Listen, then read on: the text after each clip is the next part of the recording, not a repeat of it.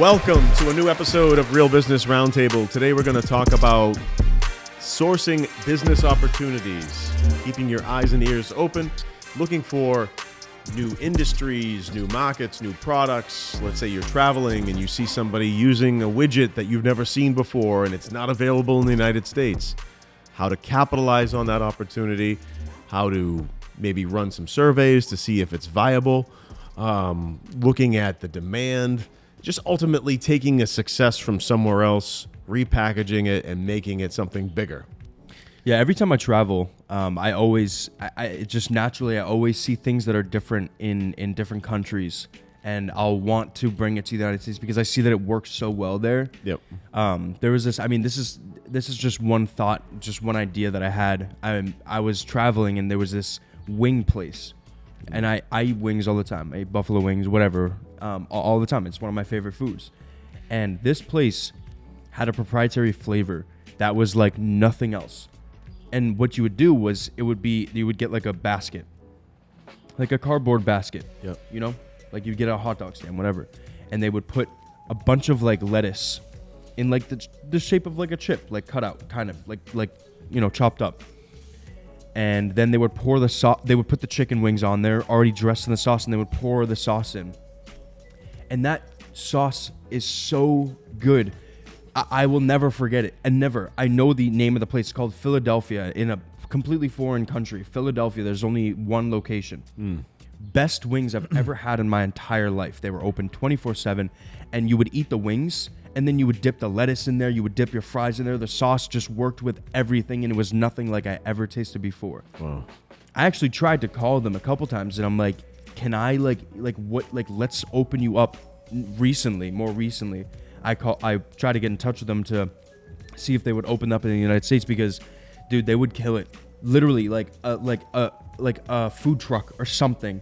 Yeah. With just that flavor of wings brought here would destroy. It would be amazing. Well, back in the day, in the old days, with the spice trade, they would have like India bring over all these crazy spices to England, and there was the spice trade, which was a big deal. So you have these exotic flavors from different parts of the world that they would bring over to other countries, and then they would sell spices. Actually, spice, you wouldn't think of it, but spice, I talked to a few spice companies during my time doing what I do, and it's a big industry. You wouldn't immediately think, because you're thinking finance, you're thinking software, you're like the big success story. Spices is something that fits almost all the I guess you could say requirements of creating a successful business. It's a consumable, it's something that someone uses over and over again. There's high demand, so the market demand for it is huge. It's a global demand product.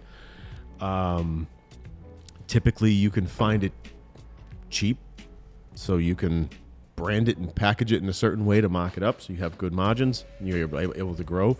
But yeah, spices, that's a great example of someone traveling abroad or seeing something from another country and then bringing it and creating an industry out of it. Mm-hmm. One of the stories that actually sparked the whole creation of this episode was the Irish style fire logs. Yeah, you mentioned that.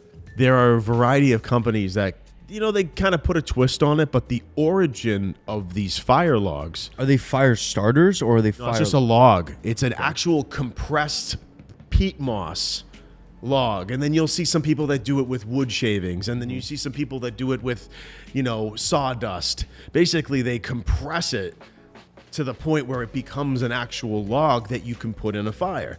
Now, this technology or this process, they say it gives off more BTUs, it lasts longer, it's more green. And from what I remember, this gentleman or person went to Ireland, saw these logs being used and said, wow, I've never seen this before, and brought it to the US. That's an example of sourcing opportunity, keeping your eyes and ears open, because you could see something that has potential that you could bring to your local market, that you could bring to your country, that you could maybe improve. I've run into situations where I saw somebody that had an clearly obvious undercapitalized business where they couldn't really afford the marketing, they couldn't afford the branding. They had something really good that just didn't have that gasoline. Now, some people, what they do is they come in as an investor and they just go, hey, like kind of like that VC model. Hey, I'm going to blow you up. I want 40% of your business, and then they provide it with the adequate funding. That is another option. Or you can give the person a royalty if they own the rights to that. You never want to steal. Don't do that. Dude, just got to keep it cool. But like, if you find a cool idea, like try to involve the creator of it into it. Give them like a 1% perpetuity royalty or something, just to keep things on the kosher side of things, just more. It's just better for everyone. I mean, yeah, obviously, those are my values. So, like, if I saw some guy in China or wherever that came up with this awesome widget, I'd say, hey, I want to work out a contract with you. I'm going to give you X% in perpetuity, a royalty, if you let me take this idea. As long as he owned it, I would run with it. One thing I just thought of while we were talking about it, I could be wrong, so don't quote me on this, but I'm pretty sure electric scooter transportation, the micro transportation, came from a different country. I know that in other countries they use that a lot. Mopeds, electric scooters, electric bikes, they use it much more often than we did. Do you remember that big electric scooter boom? Yeah. It was wild. It like even Brandon was yeah, I mean, it's just like they just exploded. I mean, I almost did a job a long time ago where I would get a van, I would get a van from an electric scooter company, and I would just go and do maintenance on them. Yeah. And it's weird, like in the terms, this from what I've heard, in the terms, you were almost like it was almost like they wanted you to like destroy these. I can imagine that everyone watching this remembers like this big scooter boom, and then everyone was like destroying them, like throwing them places and like kicking them over, and like it was like a joke. It was a long-running joke, and I'm pretty sure electric scooter. Yeah, you don't remember that? No, I remember the scooter boom. Yeah, but then right after that, do you know what I'm talking about? Yeah, like people, like they would like almost promote, like a way to promote people using them was, I don't know what it was. Yeah. Honestly, it's like I have my assumptions, whatever, are my ideas, but after that big micro transportation boom, people were just on like these social media platforms just destroying these scooters, and it was hilarious. I obviously I never did it, but it's just I think that possibly came from a different country, because I know that micro transportation industry, or whatever you want to call it, or the rental whatever, that I believe came from a different country, or it was like popular in other countries or something like that.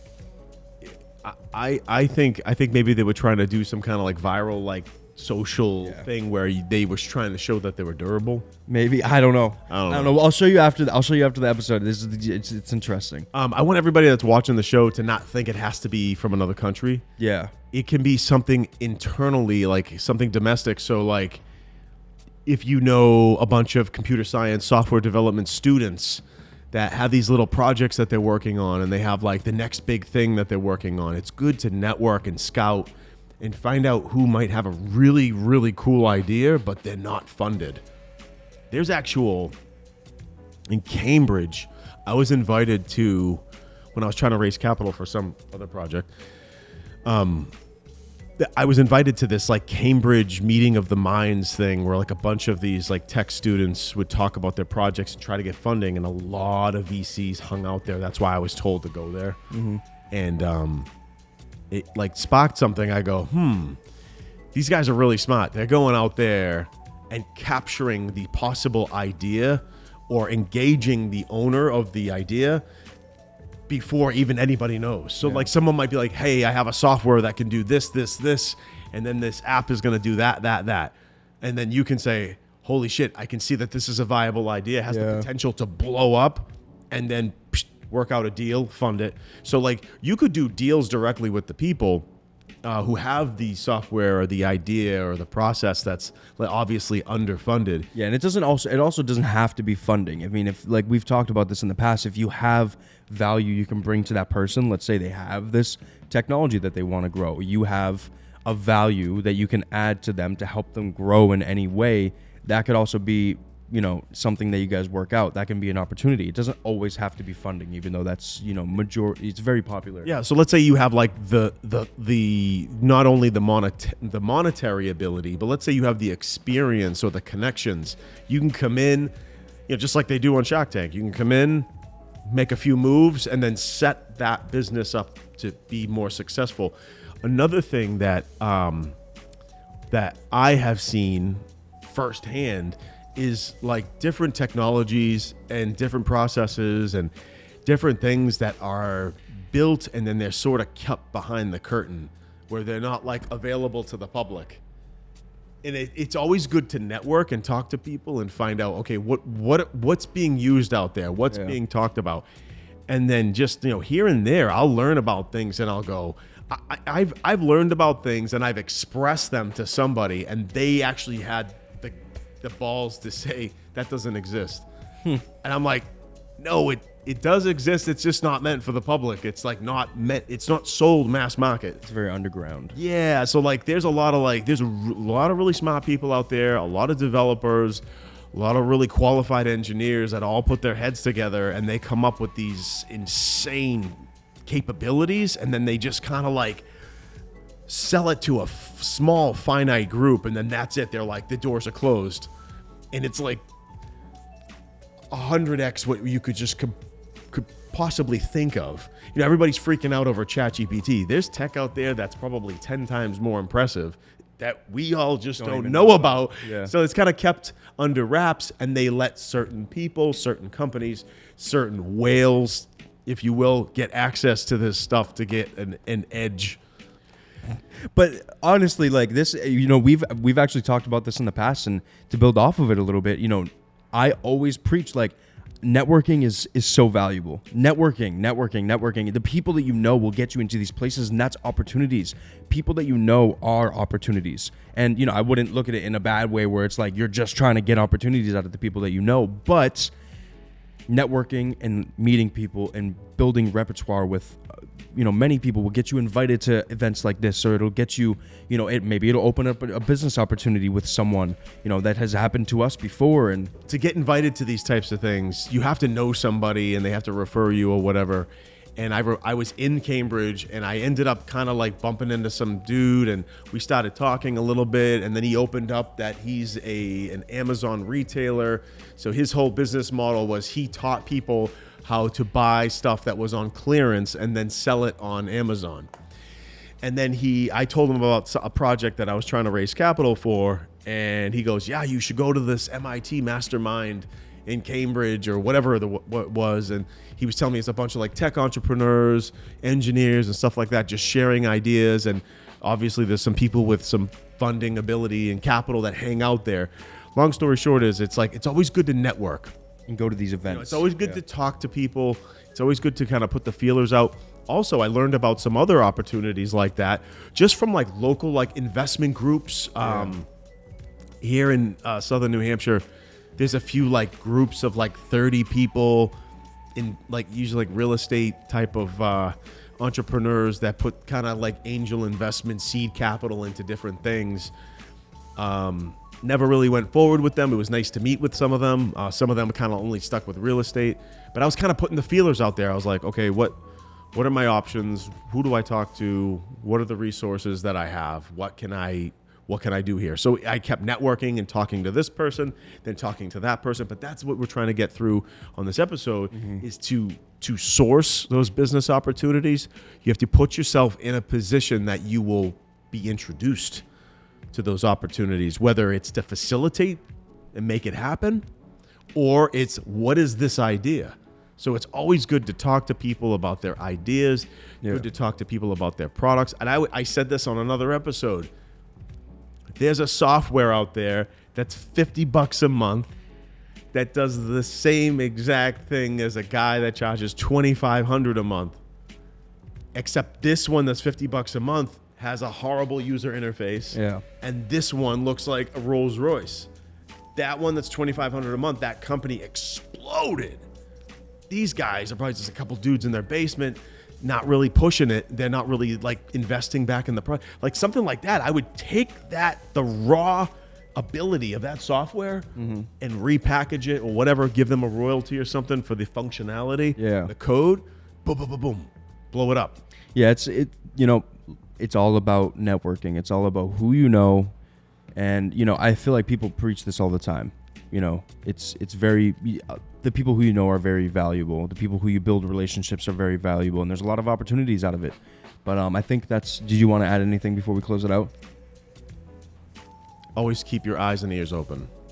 Think of, okay, what I'm learning right now, and see the opportunities during your just normal day-to-day. When you see something or you see you can improve something, or someone has a product that they just kind of like, it didn't run with it, or they didn't, it's all about execution. It's all about actually getting sales. And some people have that limitation where they can't get sales. Yeah. Let's say they don't have money for advertising, or they don't know how to sell. They just have this really cool product and it's just sitting there doing nothing. When you team up with them and say, hey, I'll broker this for you, I'll polish it up, but give me 20% or something like that. Yeah. Just always keep your eyes and ears open. And always put yourself out there. Don't be afraid to put yourself out there and, meet these people. But I thank you so much for joining us today on Real Business Roundtable. We hope you enjoyed today's episode and gained some value out of it. Please like, subscribe, turn on post notifications so that you never miss an upload. Also, check us out on Instagram for updates, clips, and more. And we'll catch you next time. Peace out.